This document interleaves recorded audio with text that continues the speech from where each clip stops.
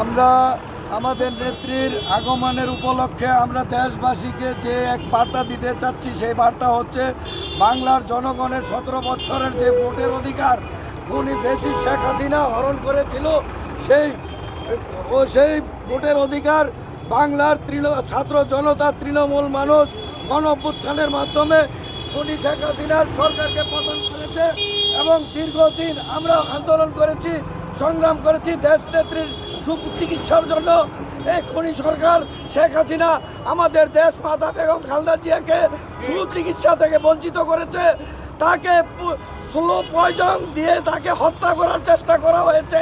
আমরা বারবার মিডিয়ার সামনে বলেছি, আন্দোলন করেছি, আমাদের কোনো আন্দোলন সে কোনো বার্তা দেয় নাই। অতএব সর্বশেষ আল্লাহ বাংলাদেশি জাতির দিকে মুখ তুলে তাকাইছে, খুনি হাসিনার পতন হয়েছে এবং এই পতনের মধ্য দিয়া সারা বাংলাদেশের জনগণের সুফল।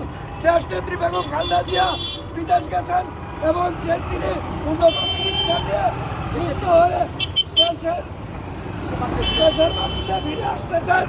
এবং বেগম খালেদা জিয়ার হাতকে শক্তিশালী করার জন্য আমরা দেশবাসীকে আহ্বান জানাই এবং বাংলাদেশে গণতন্ত্র পুনরুদ্ধার করার জন্য এবং বাংলাদেশকে স্বনির্ভর হিসাবে সাজানোর জন্য আমরা দেশনেত্রীর নির্দেশে আমরা কাজ করব।